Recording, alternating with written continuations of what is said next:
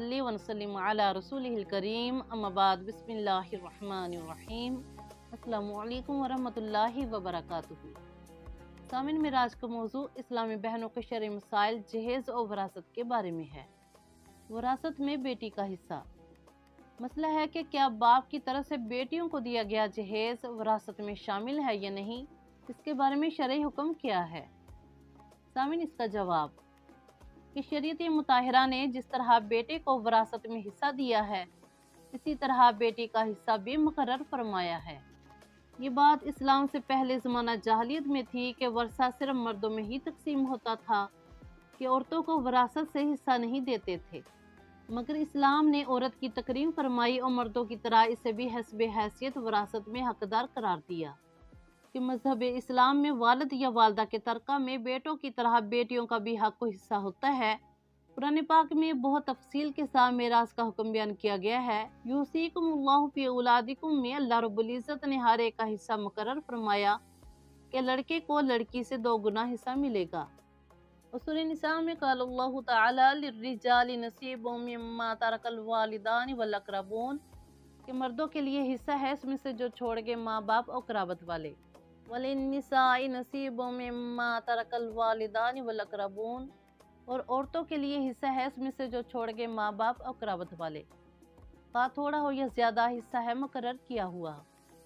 सामिन इस आयत करीमा में साफ साफ इरशाद है कि हक़ मेरास मर्दों और औरतों को यकसा पहुँचता है और मेरास सिर्फ मर्दों का ही हक नहीं बल्कि औरतें भी इसमें हकदार हैं। सामिन औरतों को बगैर किसी शरई सबब वरासत से महरूम करना बहुत ही बड़ा और अजीम जुर्म है और अल्लाह ताला की शरीयत पर ज्यादती और अल्लाह ताला की हदूद से तजावुज़ है।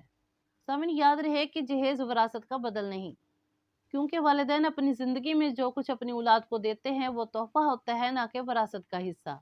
कि जो कुछ वालिदैन ने अपनी बेटियों को जहेज़ दिया वो अतिया बेटियों के साथ बरा और एहसान है, लेकिन वालिदैन की वफ़ात के बाद तमाम बहन भाई शरई हिस्से के मुताबिक हकदार होंगे।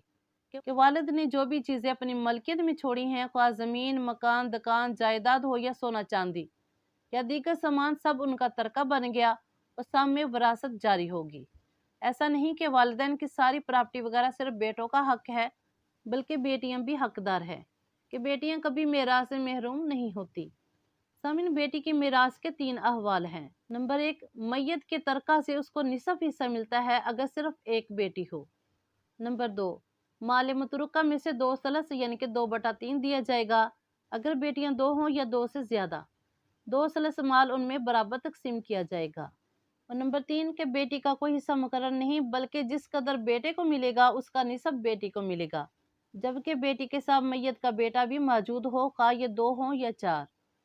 तो सामिन मालूम हुआ कि शरीयत मुताहिरा ने जिस तरह बेटे को वरासत में हिस्सा दिया है, इसी तरह बेटी का हिस्सा भी मुकर्रर फरमाया है। इसलिए तमाम जायदाद तमाम वारसों के दरमियान शरई तरीके पर तकसीम करनी चाहिए कि किसी की कुछ भी हक तलफी न करें, वरना आखिरत में सख्त अजाब का सामना हो सकता है। तो सामिन अगर किसी ने मेराज कुरान और सुन्नत के मुताबिक तकसीम नहीं की तो वो जुल्म करने वाला होगा।